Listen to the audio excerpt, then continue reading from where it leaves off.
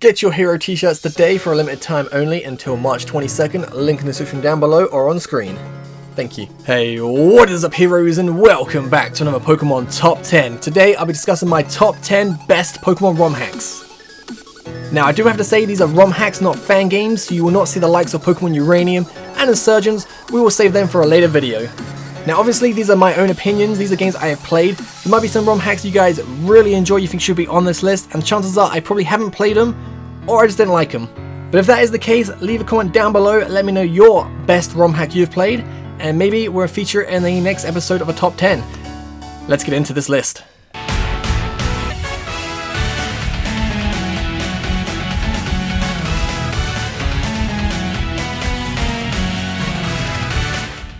So, starting this list off at number 10, we have Pokemon Ash Gray.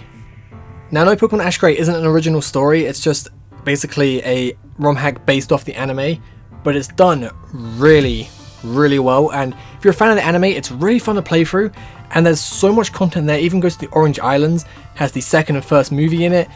It's a really fun game to play. You don't have to play along with the story events, but obviously if you do have the same Pokemon Ash has, you get all these events and it's a lot more enjoyable. But for me, Pokemon Ash Gray was a pleasure to play through, and it's just a really good way to relive the anime without actually having to spend hours and hours and hours rewatching it. Essentially, you're just skipping all the filler parts and just having a really fun time playing for a game as well as enjoying the story. Now, I'm not sure how far they're willing to take Ash Gray because I don't know how much content you can actually put into a ROM hack, but the fact you got Season 1, Orange Islands, 2 movies, and I think they're planning more, it's definitely something you should check out because it's a really fun and enjoyable game. So for number 9 we have Pokemon Eclipse. Now I really like Pokemon Eclipse because it's a little bit different than your typical Pokemon game. You don't start off going to the professor's lab, getting your starter Pokemon. Basically you had to convince your parents to go on your journey. Your parents own a Marine farm and then you get a little Shinx as your starter. It's pretty awesome, and I felt this game had a new event happening every 15-20 minutes or so. It's really cool. There's one bit with a Mega Gardevoir, there's an angry Drapion you got to take down, there's some gyms to take on. It's a really fun game, and even though it's not finished, I really look forward to the next beta or even the full release. It's still really enjoyable, and I will say some of the games on this list, these ROM hacks, aren't finished, but to be honest there isn't that many finished ROM hacks out there, and the ones that are, I just felt aren't up to par as the ones on this list. So for number 8 we have Pokemon Flora Sky, and Flora Sky is 100% complete, so you can go and play this and enjoy the whole story. So the story for Flora Sky basically goes, Dialga and Palkia having this massive fight, and it rips a portal open to the world of Giratina, the Torn world, and Giratina comes and brings many dangers, and you got Team Aqua and Magma trying to get the Groudon and Kyogre, and it's basically a big story with lots of things happening, and it has Gen 4 and 5 Pokemon. Now this ROM hack I played many years ago, it was quite old but it was really good. I would like to see some maybe Gen 6 and maybe even 7 Pokemon introduced into it now, even maybe Megas. But again, this game is finished and it was quite old, but there's a lot of content here and it's a really good story. Like in the story you'll meet Shaymin, Giratina, Dialga, and after you beat the Elite Four, you'll meet Rayquaza, Mew, Arceus, and there's a lot more to do in this game, and I really recommend it. It's a very fun game. So for number 7 we have Pokemon Vega, another completed ROM hack, and this game has a lot of Fakemon in.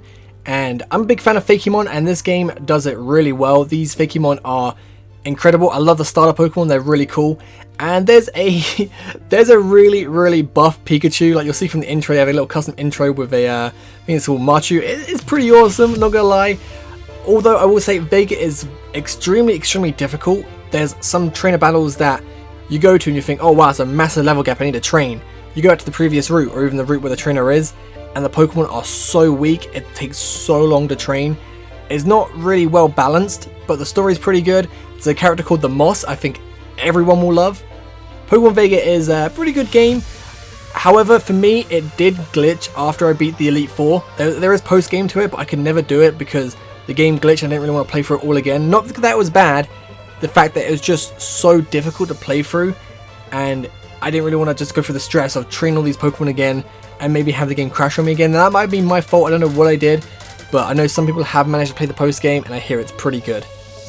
So for number 6 we have the Pokemon Dark Rising series. I didn't want to just put Dark Rising 1 or 2 or Order Destroyed or Worlds Collide. I want to put all of them together because essentially it's one massive story, and it's leading up to Dark Rising 3, which I believe is going to become a fan game because it's made in RPG Maker, I think it's called. But anyway, these 4 games are really fun to play through. The story is quite interesting.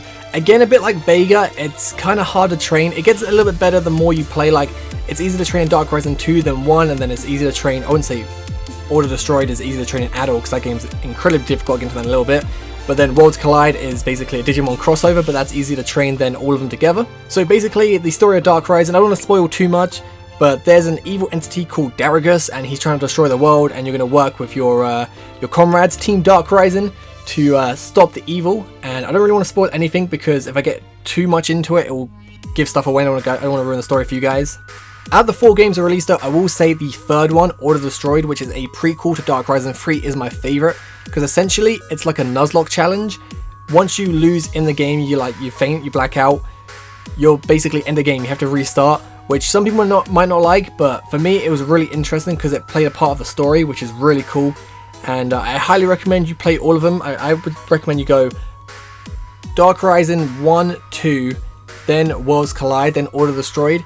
Worlds Collide is basically a prequel to it all, but if you play Dark Horizon 1 and 2 first, you'll understand a few things more in Worlds Collide. But you could play Worlds Collide first, and then when you play Dark Horizon 1 and 2, you'd understand a few more characters, but that's the order I would recommend playing it in. So, halfway through the list, at number 5, we have Pokemon Glazed.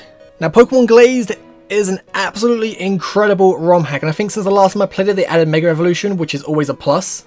But there is so much content here, many different regions, going back to Johto as well, which is pretty awesome. Loads and loads of legendary Pokemon you'll meet. And best of all, the story is really interesting. I think Pokemon Glazed is one of those ROM hacks everyone has to play. Not only has it got a great story, the game is absolutely gorgeous. The textures, the sprites, the game is so colourful and lovely. The only bad thing I can say about this game is there's one gym very late in the game that I absolutely hated. The gym puzzle was atrocious. I don't want to spoil anything, but I did not like this gym puzzle at all, and that's pretty much the only bad thing I can say about the game. The game's got some really cool like Pokemon in it, like a Red Scarf Pikachu that's just like hell-bent on revenge. It's a pretty awesome game. 100% I recommend you guys check it out. Coming in at number 4, we have Pokemon Light Platinum. Now, if you're familiar with ROM hacks, you probably would have heard of Light Platinum before, because everyone I know absolutely loves this game. It must be good, right? Because it's getting a remake through Nintendo DS graphics, so I mean that's something right there. But we're talking about the GBA version of Light Platinum, and this game is really good. The visuals are absolutely stunning. There's multiple regions to explore, lots of Pokemon, many legendary Pokemon in this game. Part of me feels there's too many legendary Pokemon in this game, like you encounter one like maybe every 20-30 minutes, which I guess can be good, but it can be a little bit overwhelming sometimes. But this game is really interesting. I think everyone has to play Light Platinum at least once. Even if you hate it or like it, you can't deny it's a really fun and great paced game. Light Platinum will always have a place in my heart because it's kind of the ROM hack that got me into Pokemon ROM hacks and fan games in the first place. But not because it was like one of my first ROM hacks I played. I think it's a really fantastic game. Just going through a region, beating the champion, go to another region, beat the champion, catch legendary Pokemon, and then do the World Championship where you fight some familiar faces, won't spoil anything. It was a really fun experience. 100% I recommend people check out Pokemon Light Platinum because it is probably one of the best ROM hacks out there. So at number 3 we have Pokemon Resolute, and alongside Resolute I'm going to put Victory Fire and Mega Power, which is its prequel and sequel. However, I will say Resolute is going to be the better of the two, because this game has been updated where the grammar is understandable. Before playing through Resolute, the grammar, the English is just broken and it's absolutely awful. Like Victory Fire, Resolute and Mega Power are absolutely great ROM hacks. The visuals are great, story's pretty good. The only bad things I could say about it were it was really hard to train, which isn't too much of a problem if you got the speed up button again. But the worst thing about it was the English. The grammar was just awful. It made no sense sometimes. But people have gone back into Resolute and fixed this game up. And I think they've added Gen 7 Pokemon to the game as well. But this game is now playable, and Resolute to me was always better than Mega Power and Victory Fire. And I might even go back and redo Resolute because it was that good. And now that I can actually understand it better, that's just fantastic. The game also has Mega Evolution, lots of legendary Pokemon, great characters, returning characters from main series Pokemon games. Pokemon Resolute is a really decent ROM hack. I would really recommend Pokemon Resolute to people because now the English is fixed.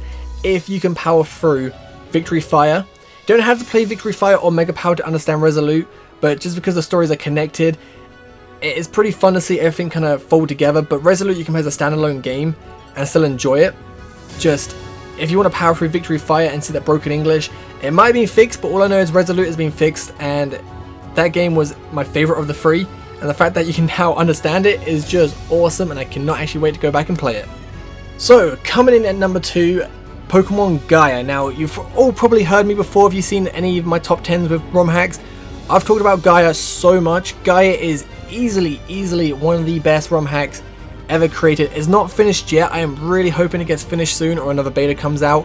There's currently 6 or 7 badges. Just this game's story is absolutely fantastic, really well written. The visuals are incredible. The game looks really good. It's so good I reckon it could pass off as an actual main series Pokemon game. That's how good I think it is. It tells a story really well without relying on legendary Pokemon too much. The characters are really interesting, and the selection of Pokemon you can capture in the game is really good. Pokemon Gaia to me is just an incredible ROM hack, and the fact that it's the only ROM hack I've played where they've got Mega Evolution right. A lot of ROM hacks will have Mega Evolution as like an evolution item where you just use the Mega Stone on a Pokemon, it evolves and you got a permanent Mega like Lucario or Mega Charizard. Pokemon Gaia has managed to where you can only Mega Evolve in battle, and that is incredible. Just seeing someone be able to do that with a Gen 3 Pokemon game is so awesome. To me, Pokemon Gaia is a ROM hack everyone should play, even though it's not even finished. The current beta, you can easily get a good maybe 10 hours out of it, and I recommend everyone play it because it's so good. And when 100% it comes out, fully released, you should definitely jump on that as fast as you can. So before we get to number 1, I have 2 honorable mentions, Pokemon Life and Pokemon Unbound.